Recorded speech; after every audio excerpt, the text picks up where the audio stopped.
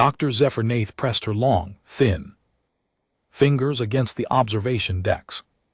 Cool glass surface, the stars outside looked peaceful, tiny points of light, scattered across the dark void of space. She had spent her entire life studying the dangerous creatures that lived on worlds throughout the galaxy, but right now she wished she had never left her home planet. The Cathani research ship Harmony's Edge had been traveling through this sector. For 3 months, Nath and her team were collecting data about predator species on nearby worlds. It was important work. Her people needed to understand which planets were safe to visit and which one should be avoided at all costs. But something was wrong, very wrong. The ship's sensors had been picking up strange readings for the past 2 days.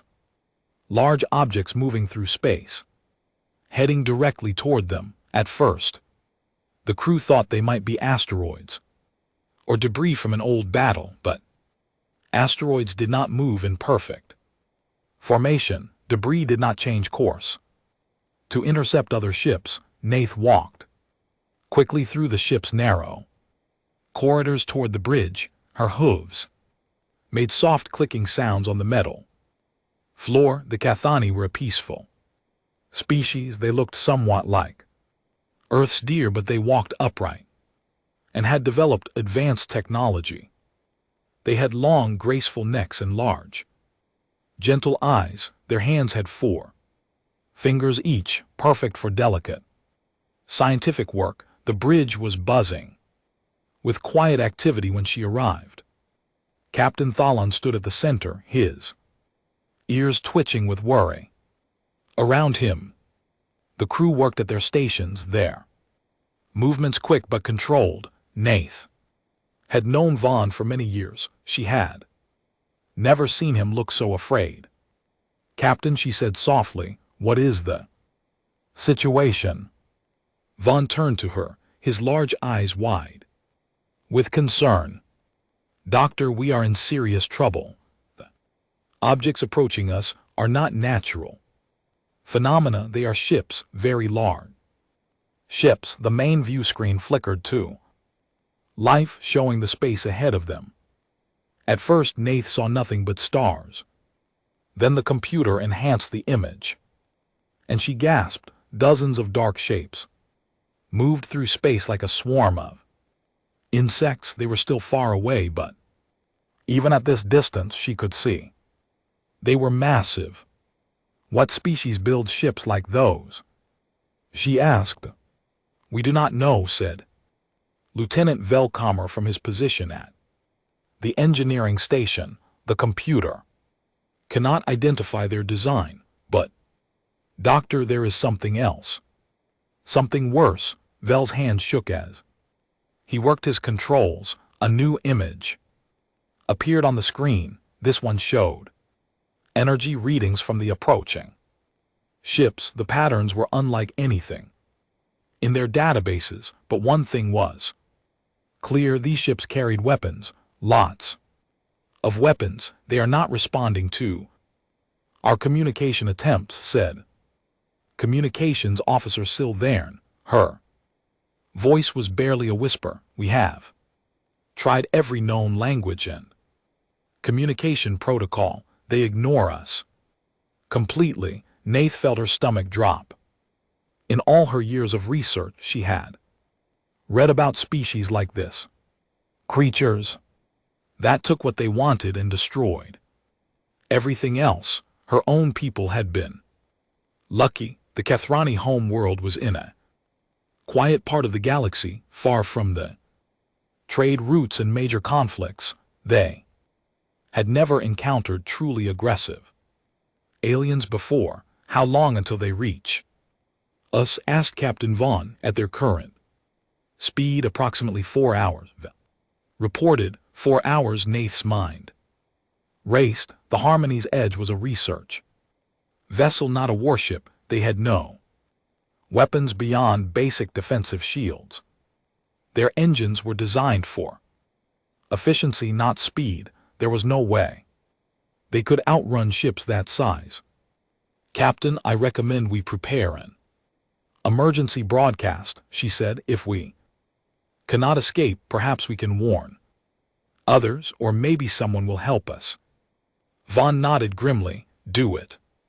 Nath hurried to the communication station and began working alongside Syl. Her fingers moved quickly across the controls as she composed a message. It had to be simple and clear, something that any advanced species could understand. The first part was easy. She included their exact location in space using standard galactic coordinates. Then she added information about their ship and their species. The Kathrani had always been honest in their dealings with other races. If someone received this message, they would know the Kathrani were not a threat to anyone. The hard part was describing what was attacking them. Nath included sensor readings from the approaching ship, their estimated size and weapon capacity, and their apparent intent to destroy anything in their path. She finished with a simple plea for help from anyone capable of providing assistance. Broadcasting now, said Syl, sending on all known frequencies and communication channels. The message went out into space at the speed of light. Nath knew it would take time to reach anyone who might help, maybe too much time.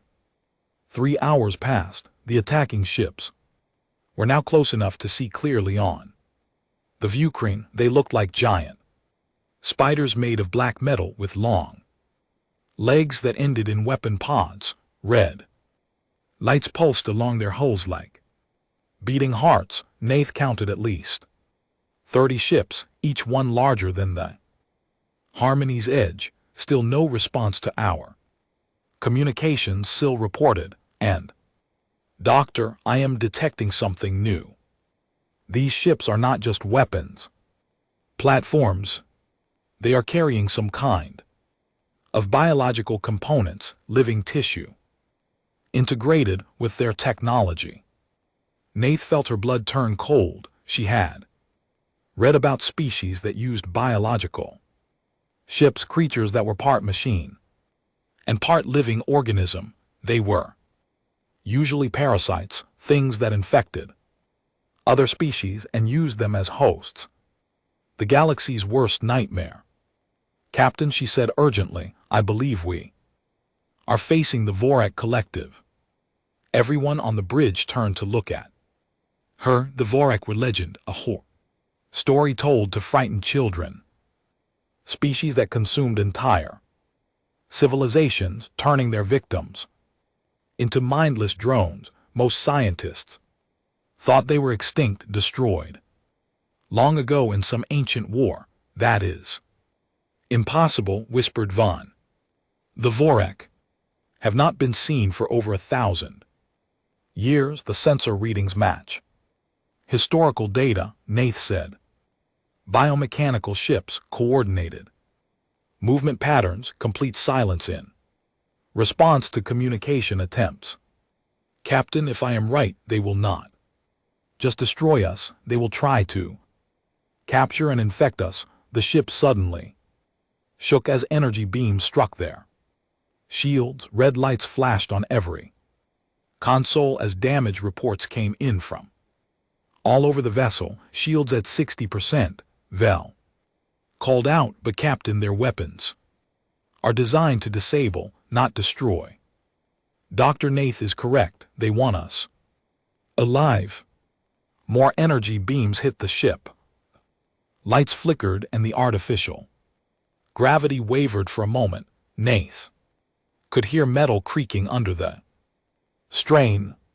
All hands prepare for boarding, Captain Vaughn announced over the ship's communication system. This is not a drill. Seal all sections and retreat to emergency shelters. But Nath knew their emergency shelters would not protect them from creatures like the Vorak. She looked at the communication station at the equipment she had used to send there.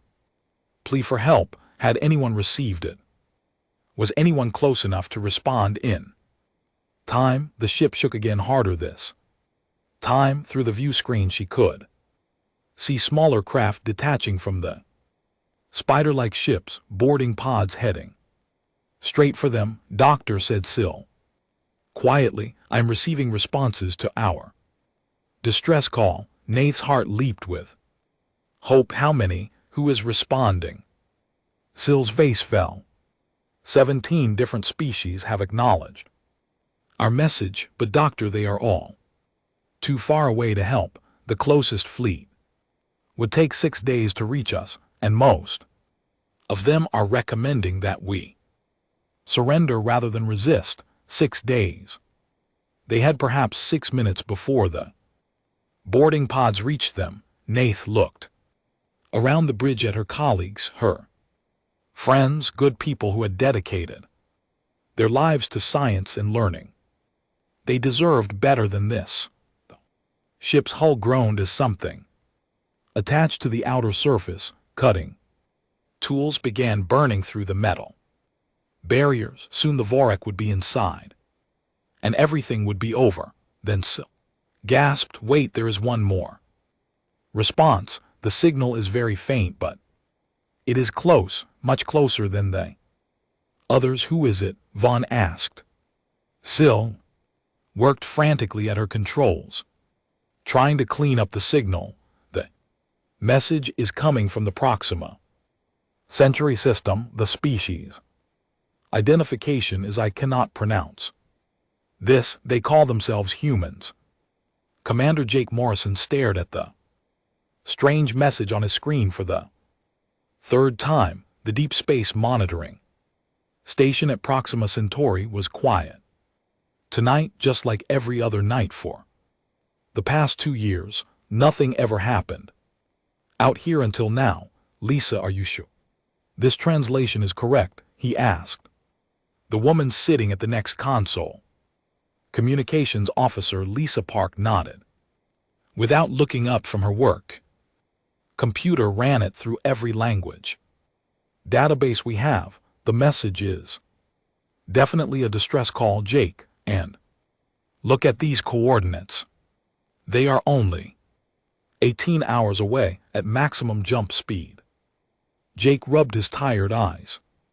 18 hours was practically next door in space terms, but the message was from aliens, real aliens, not the theoretical ones that scientists talked about in their papers. These creatures were asking for help, and they were asking right now, what kind of ships are attacking them? Jake asked. Lisa pulled up another screen showing the sensor data that came with the message. The aliens call them Vorak biomechanical ships, probably some kind of parasite species. Jake, I think these things eat other civilizations.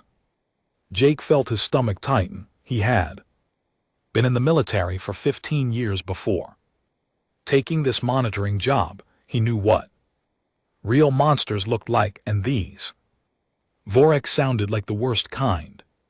The kind that did not just kill people, but turned them into something else. He opened a secure communication channel to Earth Command. It was time to wake up some very important people.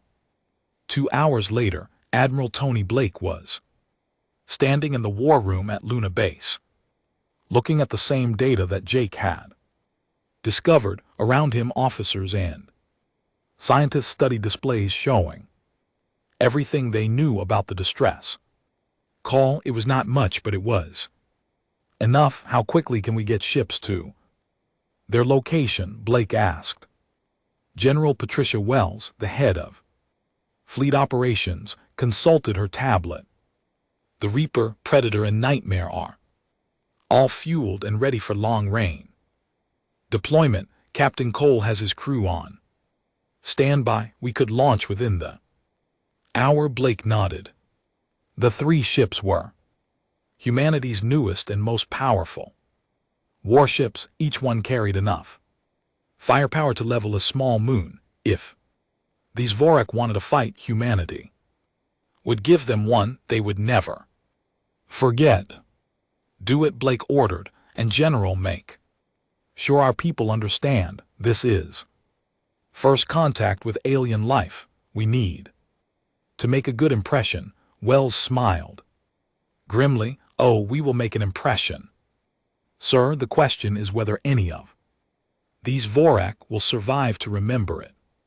Far across space, the Vorak collective was experiencing something new, the overmind of vast intelligence that controlled thousands of individual drones was confused. For the first time in centuries, it had encountered prey that fought back in ways it did not understand.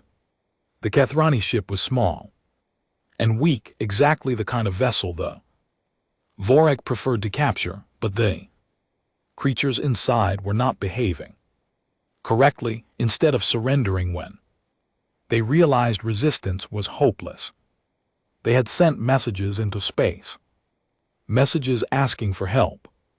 The Overmind found this behavior fascinating. In all its years of consuming civilizations, it had never seen prey try to summon allies. Most species either fought uselessly until they were destroyed or gave up immediately to minimize their suffering. These Cathani were doing something different. Through its drones, the Overmind could sense fear from the creatures hiding inside their ship, but it could also sense determination. They actually believed someone might come to save them. The concept was so alien to the Overmind that it spent several minutes analyzing it. The Vorak did not help each other.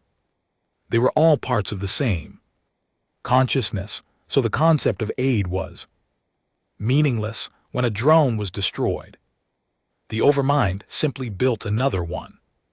When a ship was damaged, the collective abandoned it and moved on. Survival meant becoming part of the greater whole, not maintaining individual existence. But these Cathani seemed to value their individual lives. They wanted to continue existing as separate beings. The Overmind decided this was a weakness to be exploited. Inside the damaged research ship, Dr. Nath was trying to keep her people calm while the Vorthak cutting tools burned through their hull.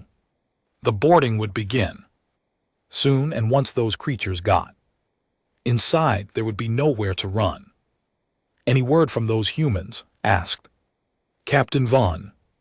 Syl shook her head. Nothing since their initial response. Maybe they changed their minds. Maybe they realized how dangerous the Vorak are. Nath could not blame them if they had any species smart enough to develop faster than light. Communication would also be smart enough to avoid a fight they could not win. The humans were probably wise to stay away. A loud crash echoed through the ship as the first boarding pod broke through the outer hull. Emergency alarms began wailing and the lights switched to emergency power. Red shadows danced on the walls. All crew to emergency shelters, Captain Vaughn announced. Seal all doors and wait for rescue. But they all knew rescue was not coming.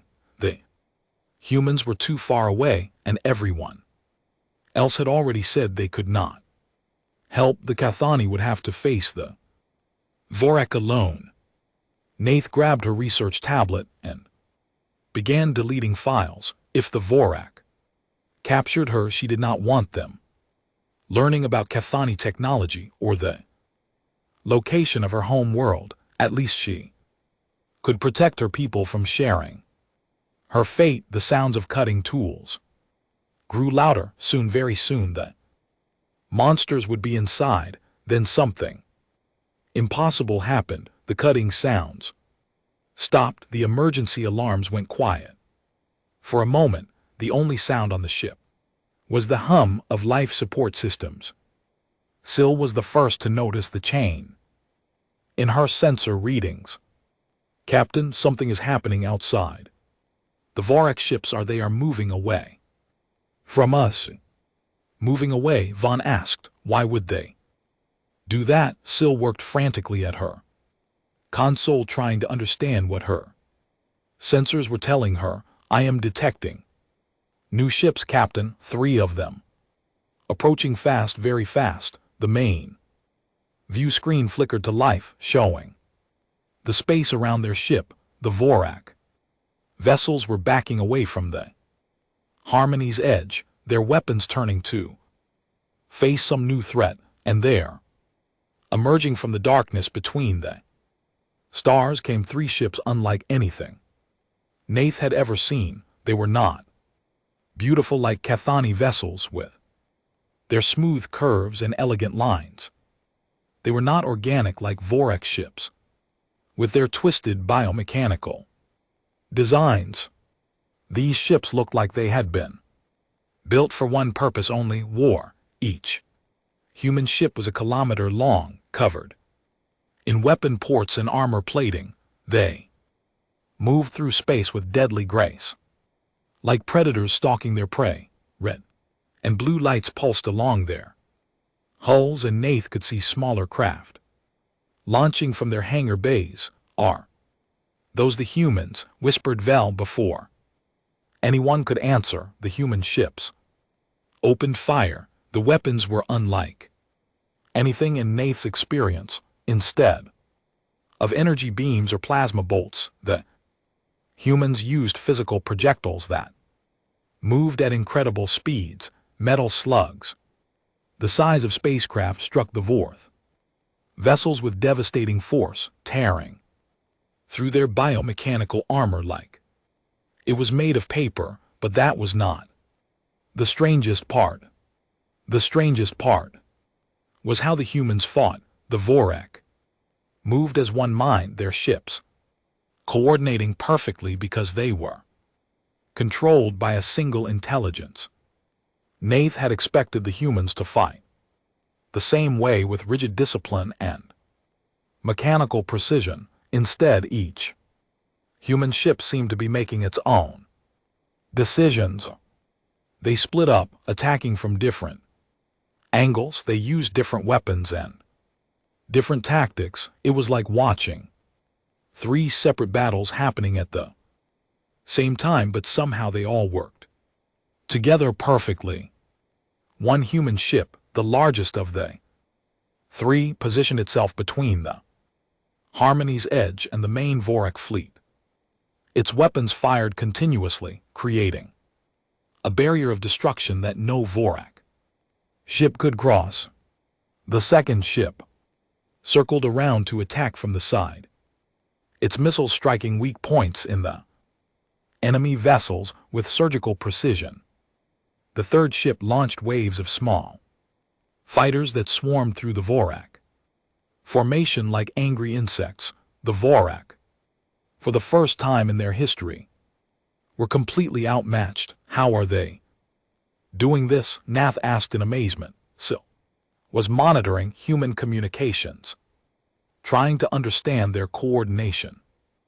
Doctor, I think each ship has its own commander. They are not controlled by a single mind like the Vorak, but somehow they work together anyway. This was impossible. In Nath's experience, coordination required either a hive mind or careful planning.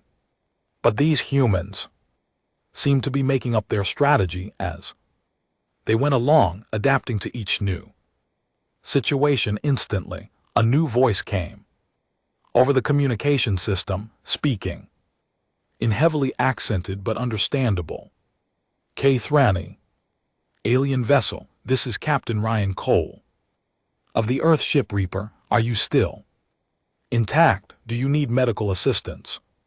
Captain Vaughn stared at the speaker in shock. They learned our language in just 18 hours.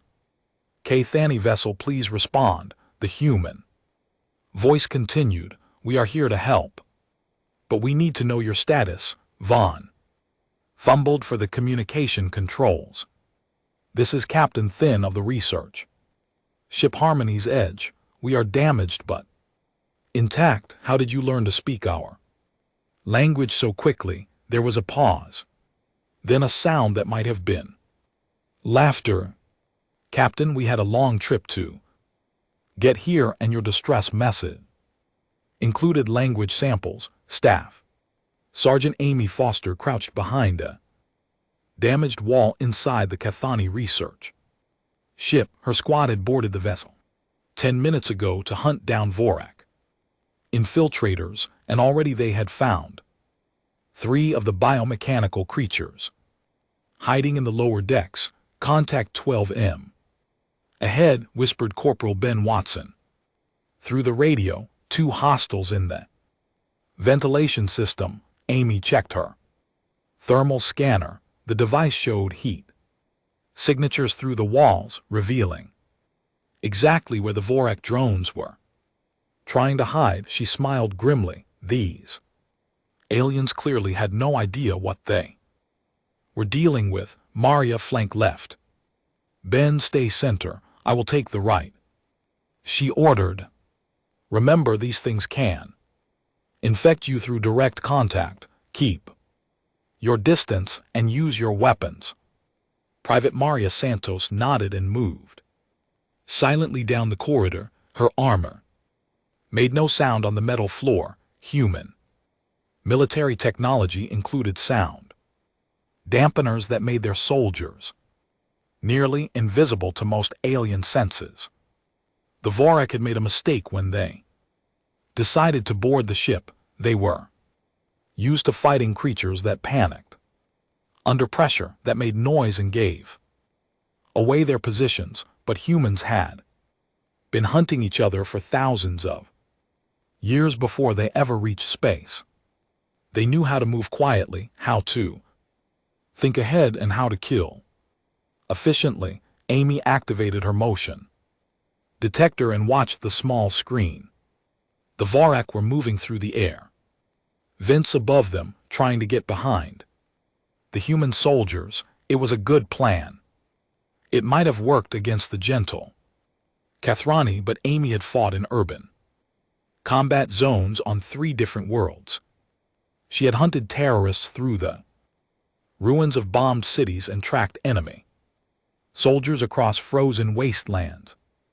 2 aliens crawling through air ducts were not going to surprise her. On my mark, she whispered. 3, 2, 1, mark. All 3 humans opened fire at exactly the same moment. Their weapons sent bursts of superheated plasma through the ceiling, cutting through the metal vents like they were made of paper. The 4th act never had a chance to escape.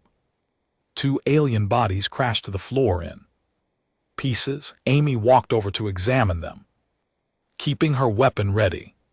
The creatures looked like spiders crossed with machines, with organic flesh wrapped around metal frameworks. Cables and tubes ran through their bodies, connecting biological parts to electronic components. Disgusting, muttered Ben. How can anything live like that? They probably think we are strange. 2, Amy replied. She touched her radio. Captain Cole, this is Foster. Section C is clear. No human casualties. The voice of Captain Ryan Cole crackled through her earpiece. Good work, Sergeant. Move to Section D and link up with Lieutenant Murphy's team. We are getting reports of Vorak activity near the main lab. Amy led her squad deeper into the alien ship. The corridors were too narrow for human comfort, designed for creatures that were smaller and more flexible than people. But her soldiers adapted quickly, adjusting their formation to match the environment. That was another thing that made humans dangerous. They could fight anywhere, under any conditions: desert, jungle, Arctic cold, or the vacuum of space. Humans found a way to survive and win. In the ship's main laboratory, Dr. Nath was hiding behind an overturned table. With two other Cathani scientists, she could hear weapons fire echoing through the corridors, but she could not tell who was winning. The sounds were terrifying, energy weapons discharged, with sharp crackling noises followed by explosions and the screech of tearing metal. "Do you think the humans are winning?" whispered Dr. Cole Nethys, a young botanist who specialized in studying plant life on dangerous worlds. "I do not know," Nath replied, "but they certainly make a lot of noise when they fight." Actually, that was not quite true. The humans themselves were nearly silent. It was their weapons and the destruction they caused that made all the noise. Nath had been monitoring their radio communications, and she was amazed by how calm they sounded. They talked about life and death situations, like they were discussing the weather. The laboratory door suddenly opened, and three figures in heavy armor stepped inside. Nath's heart stopped for a moment, but then she realized these were not Vorak. The creatures were too tall, too straight, and they moved with purpose rather than the skittering motion of the biomechanical aliens. "Cathani civilians, identify yourselves," said one of the armored figures. Nath slowly stood up, her hands raised to show she was not a threat. "I am Dr. Zephyr Nath, chief scientist of this vessel. These are my colleagues, Dr. Nethys and Dr. Ferwex." Talman, the lead figure, removed its helmet, revealing a human face. Underneath, it was Lieutenant Kate Murphy, though Nath did not know her name yet. The woman had short brown hair and intense green eyes that seemed to see everything at once. "Are any of you injured?" Murphy asked. Her voice was gentle, completely different from the cold efficiency she used when talking to her soldiers. "We are unharmed," Nath replied. "But Lieutenant, there may be more Vorak hiding elsewhere in the ship." Murphy smiled, and Nath was surprised by how reassuring the expression was. "Do not worry about that, Doctor. We are very good at finding things that do not want to be found." As if to prove her point, Murphy touched her radio. "Control, this is Murphy. I need a full biocan of sections E through J. Look for anything that does not match Cathani life signs." Within seconds, a human voice responded. "Murphy, we show 3 contacts in Section F, 2 in Section H, and 1 large signature in Section J. The big one looks different from the others. Could be a leader type. Copy that. Foster Rodriguez converge on Section J. We might have found something important." Nath listened to this exchange with growing amazement. The humans had technology that could detect life forms through solid walls. They could coordinate their forces across the entire ship in real time, and they seemed to understand the Vorak better than she did, even though they had never encountered these creatures before. "Lieutenant," she said carefully, "how did you learn to fight like this? Your people seem very experienced with warfare." Murphy's smile faded slightly. "Doctor, where we come from, everything wants to kill you. We learned to fight because we had to. The strong survive. The weak do not. It is that simple." This statement sent a chill down Nath's spine. The humans came from a world where survival required violence. No wonder they were so good at it. Meanwhile, in Section J of the ship, something much larger than a normal Vorak drone was waiting in the darkness.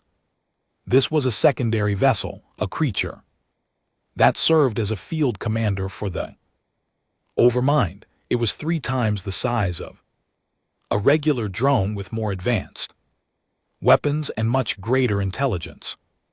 The secondary vessel had been studying The human soldiers threw hidden cameras and sensors, what it found. Confused and disturbed at these creatures fought as individuals, making their own decisions and adapting to each situation.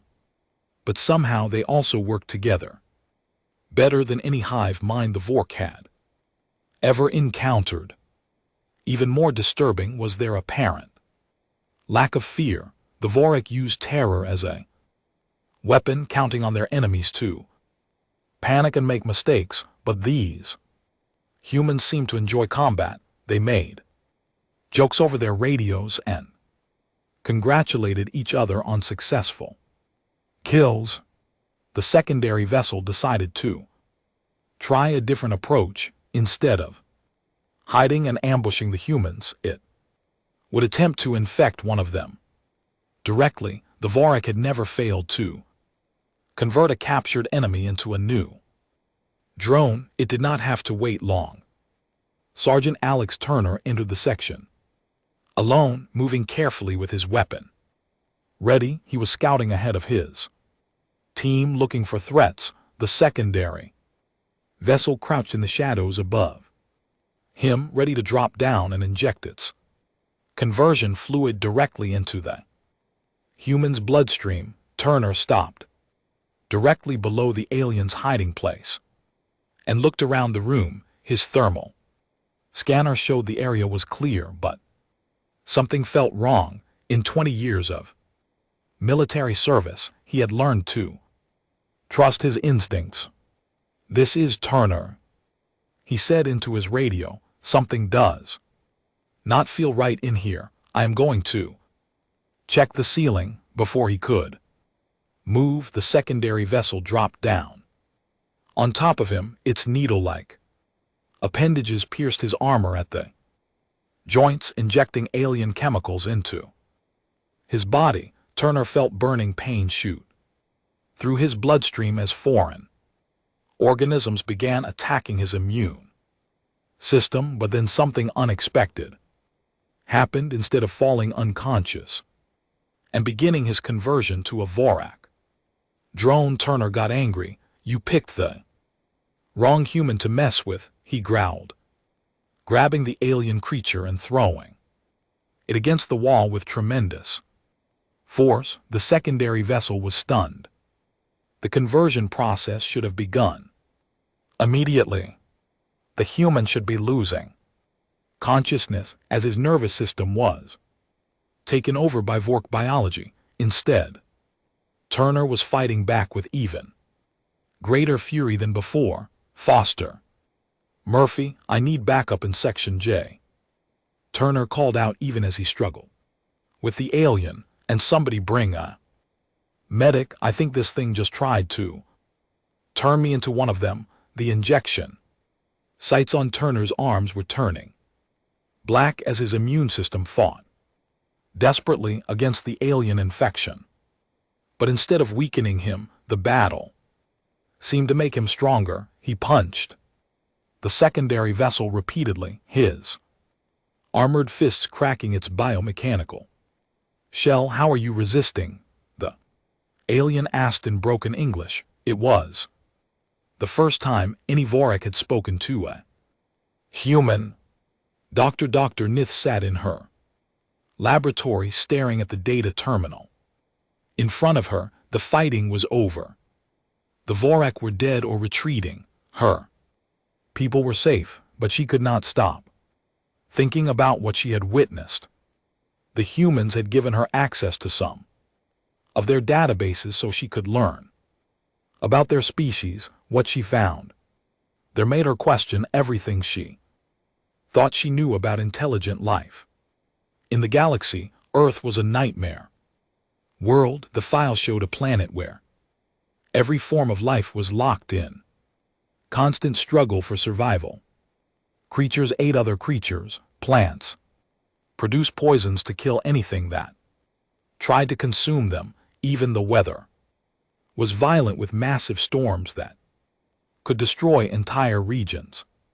And somewhere in the middle of all this chaos, humans had evolved. They were not the strongest creatures on their world.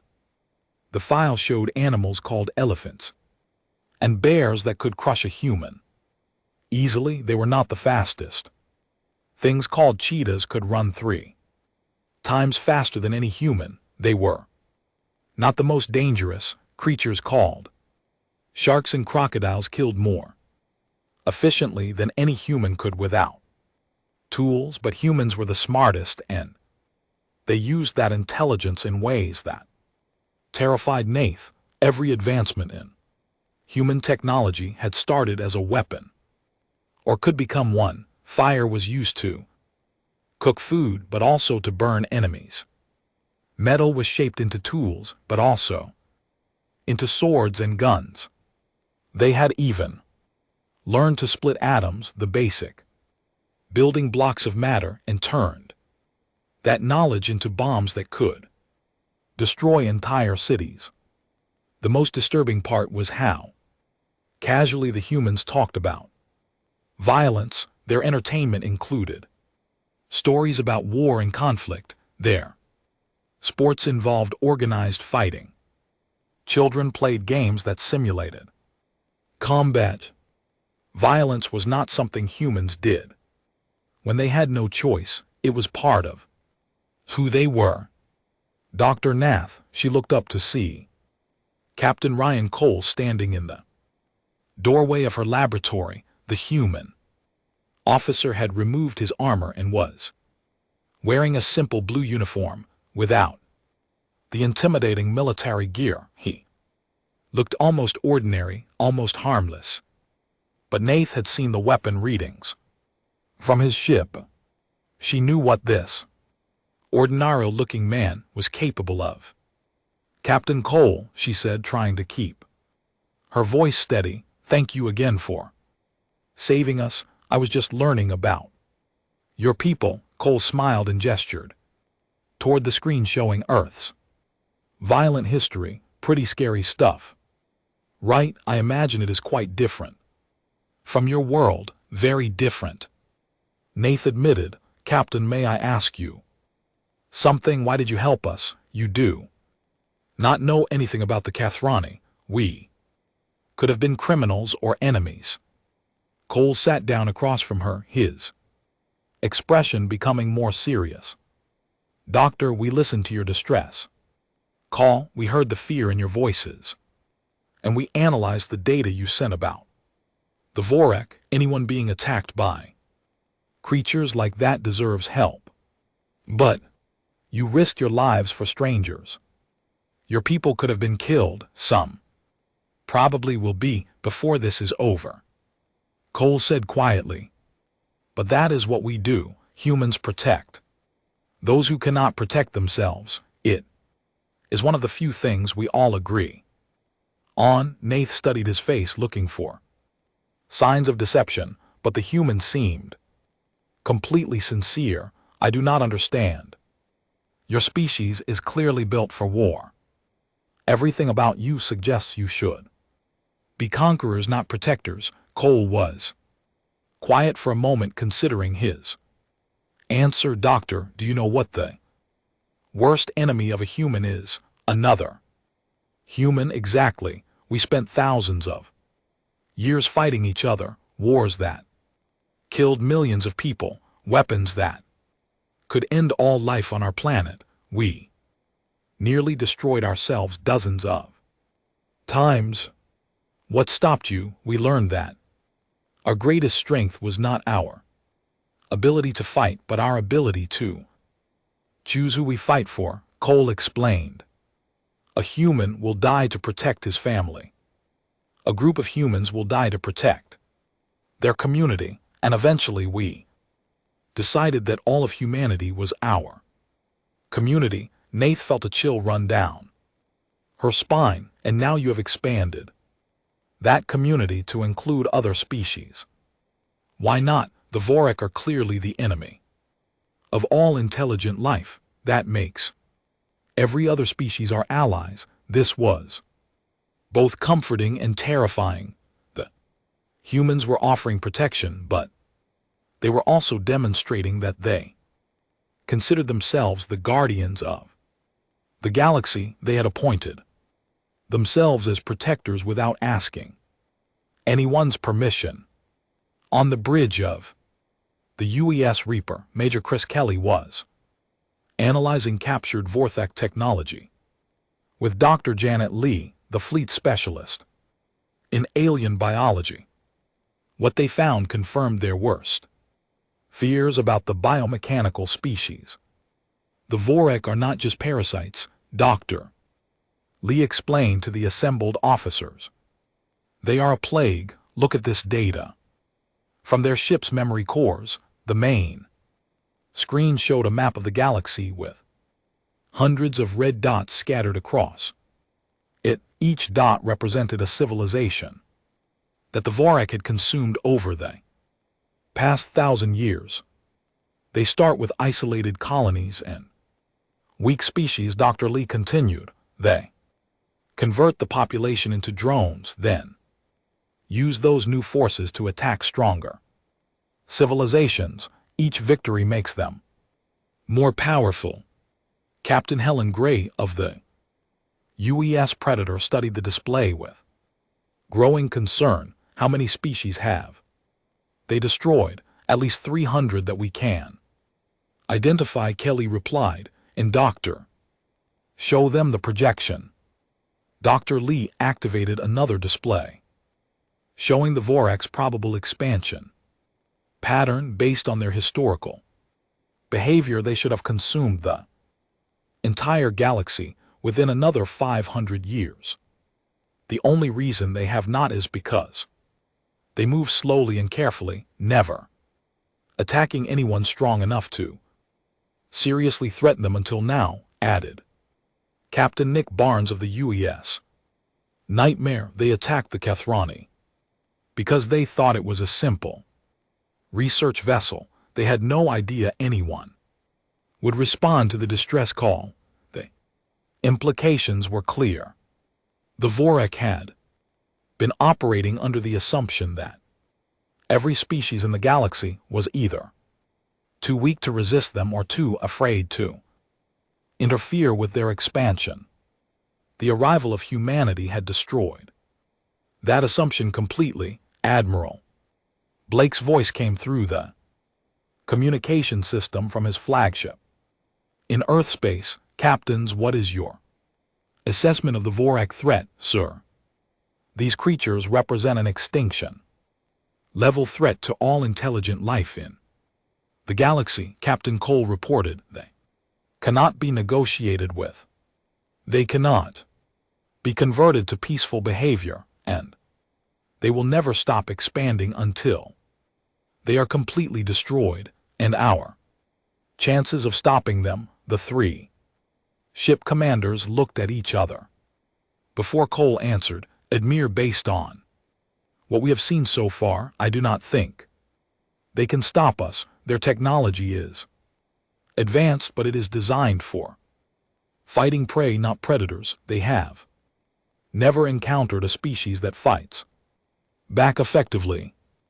Dr. Lee added her own analysis.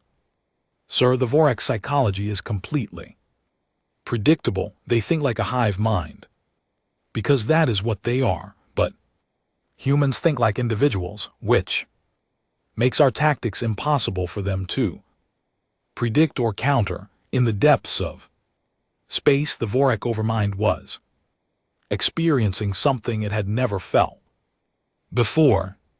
Despair of the 40 ships that had attacked the Cathani vessel, only 7 remained intact.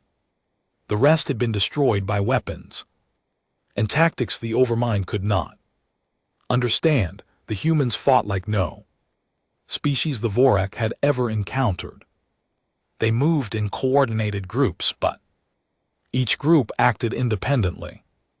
They used different weapons and different strategies, adapting constantly to changing conditions. Most disturbing of all, they seemed to anticipate Vorthak movements before the overmind had even decided what to do. The overmind tried to analyze human communication patterns, hoping to understand their coordination.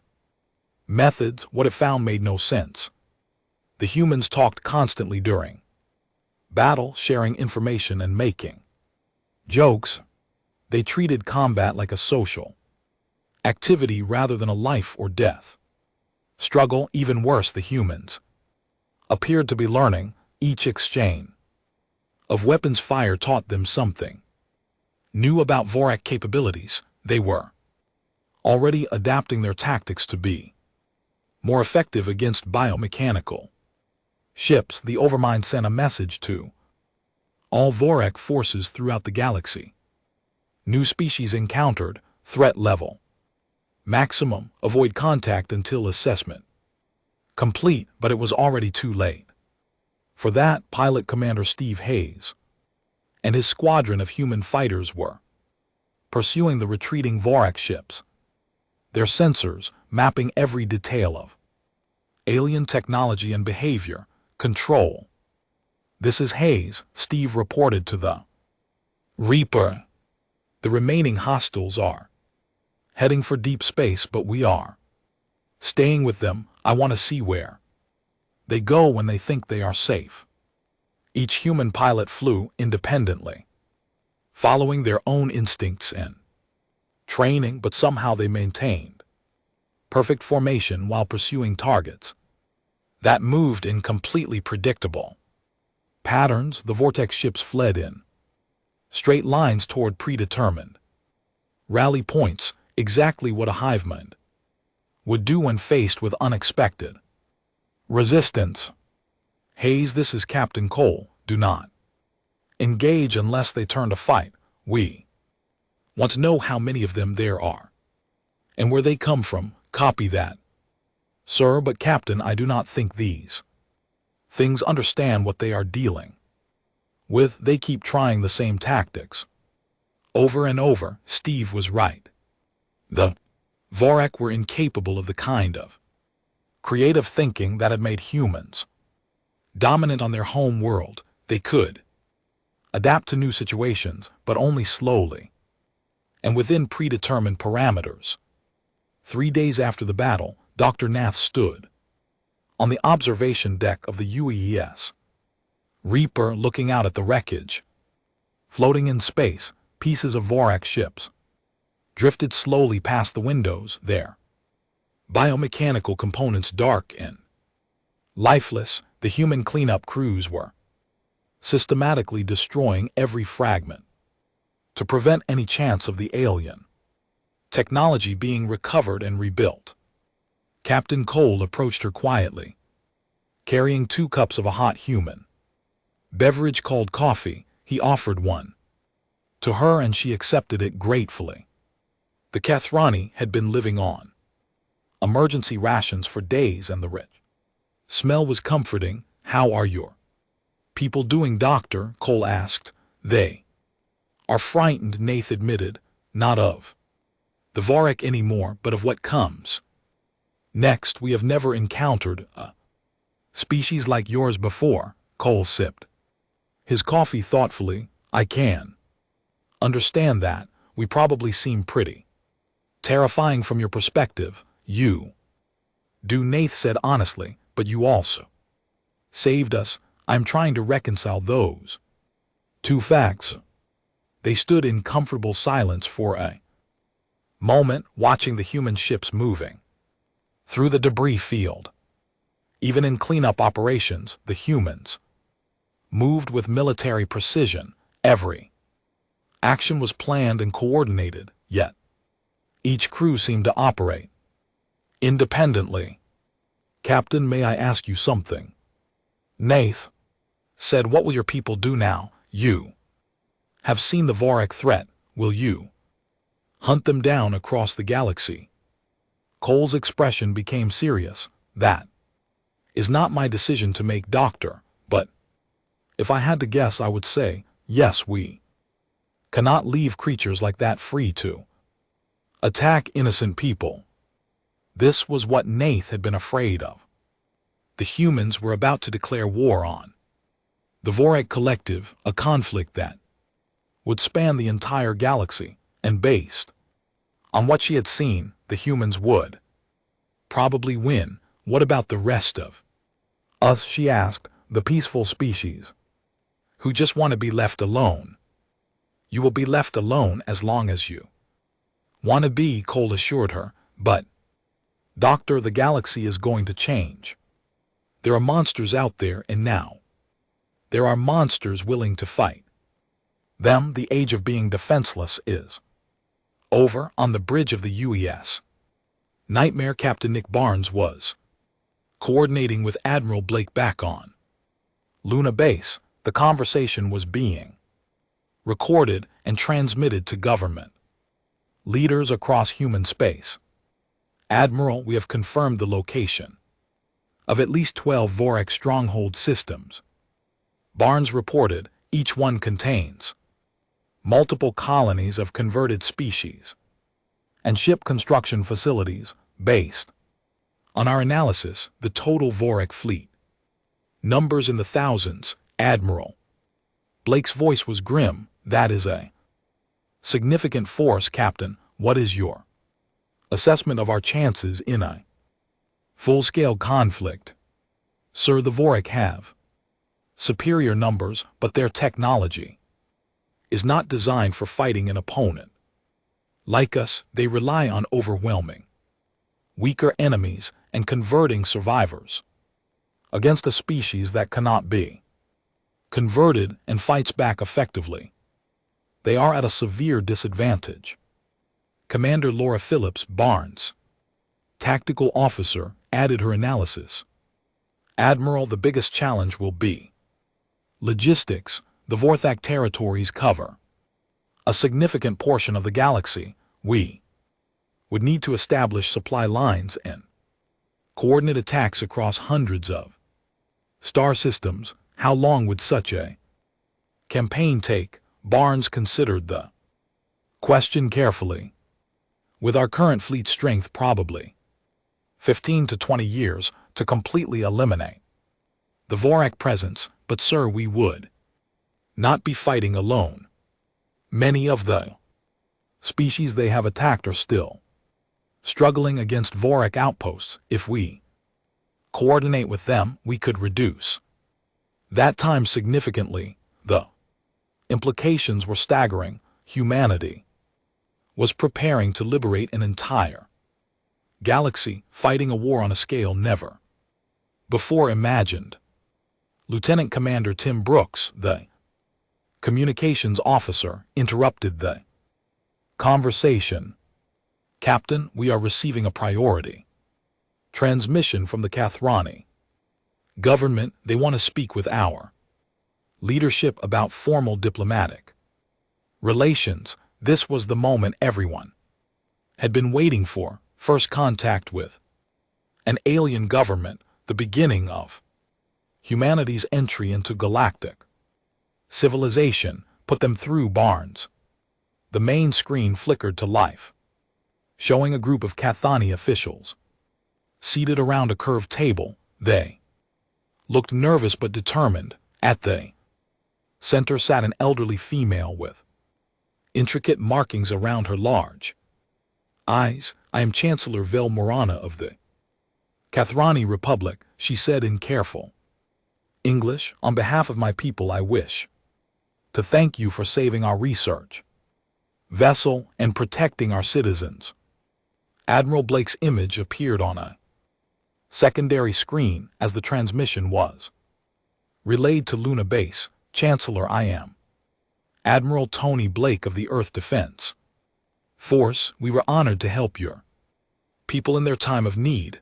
Admiral, we have reviewed the data our scientists collected about your species. We understand that you come from a very different kind of world than ours. We also understand that you are planning military action against the Vorak Collective. That is correct, Chancellor. The Vorak represent a threat to all intelligent life in the galaxy. We cannot allow them to continue their expansion. Chancellor Morana exchanged glances with her advisors before continuing. Admiral Blake, the Kathani Republic formally requests permission to join.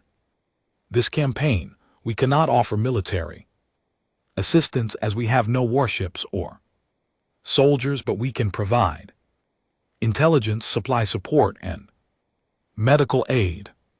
This was unexpected. The peaceful Cathan were volunteering to participate in a galactic war. Chancellor, with respect, your people are not warriors. This conflict will be extremely dangerous. Admiral, we have lived in fear of the Vorak for generations. Every time we explore a new system, we wonder if we will encounter their ships. Every colony we establish could be their next target. We may not be fighters, but we refuse to hide while others fight to protect us. Dr. Nath, still standing on the observation deck, watched this exchange with mixed emotions. Her people were choosing to stand with the humans. Despite their fear, it was a brave decision, but it also meant the Cathani would be forever changed by their association with Earth's warriors. Meanwhile, in the depths of space, the surviving Vorax ships had reached one of their major staging areas. The Overmind was struggling to process what had happened and plan an appropriate response. The humans had not just defeated a Vorak fleet, they had made it look easy. Their weapons were more effective, their tactics were unpredictable, and their coordination was somehow both perfectly organized and completely flexible. Worse, the humans had captured several Vorthak vessels intact. They were already studying alien technology and learning how to counter it more effectively. The Overmind realized that every future encounter would favor the humans even more strongly. For the first time in its existence, the Overmind considered the possibility of complete defeat. The Vorak had conquered hundreds of species over the millennia, but they had never encountered creatures like these humans. The analysis was clear.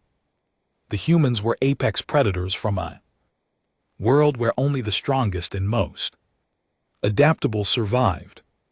They had evolved every advantage the Vorak possessed, plus others the collective mind could not even understand: individual creativity, personal initiative, the ability to work together without surrendering their independence. These were concepts the Overmind could recognize but could never truly comprehend. The Overmind sent out new orders to all Vorak forces: avoid human contact at all costs, withdraw from any system where human ships were detected, begin preparation for a defensive war. But even as it issued these commands, the Overmind knew they would not be enough. The humans would not simply leave the Vorhak alone. They had identified the collective as a threat to their new allies, and predators eliminated. Threats. Back aboard the Reaper, Dr. Nath was composing a message to be broadcast throughout known space. Captain Cole had suggested that other species needed to know what had happened and what it meant for the future. To all peaceful civilizations, she began, "This is Dr. Zephyr Nalith of the Kathrani Republic. 3 days ago, our research vessel was attacked by the Vorak collective. We sent out a distress call, not knowing if anyone would respond. The beings who answered our call came from a world called Earth. They are a species unlike any other in the galaxy. They evolved as predators, but they have chosen to use their strength to protect those who cannot protect themselves. The humans have agreed to help us eliminate the Vorak threat. This will require a war spanning many star systems in many years, but for the first time in our history, we have hoped that the Vorak plague can be stopped. However, I must warn you the price of this. Protection is the knowledge that creatures like the humans exist. They are capable of tremendous violence, but they are also capable of tremendous compassion. They will choose which face to show you based on your actions toward them and toward other innocent species. If you are peaceful, they will be your allies. If you prey upon others, they will be your executioners. The galaxy has gained both protectors and judges, and we must all decide which we would rather have them be. She paused, considering her final words carefully. The age of helplessness is ending. The monsters that evolution created on Earth have decided to hunt other monsters, and those of us caught in between must choose which side of that conflict we want to be on. Dr. Nath ended the recording and transmitted it on all known communication frequencies.